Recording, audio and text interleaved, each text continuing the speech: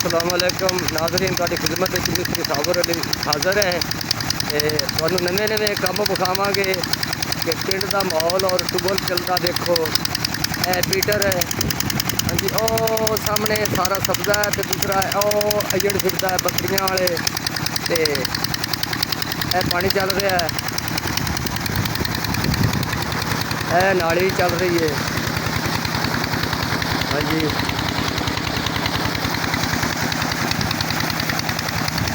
मेरे चैनल पे सब्सक्राइब करो, नवे दौड़े सुनो और रंग बिरंगे व्लॉग देखो।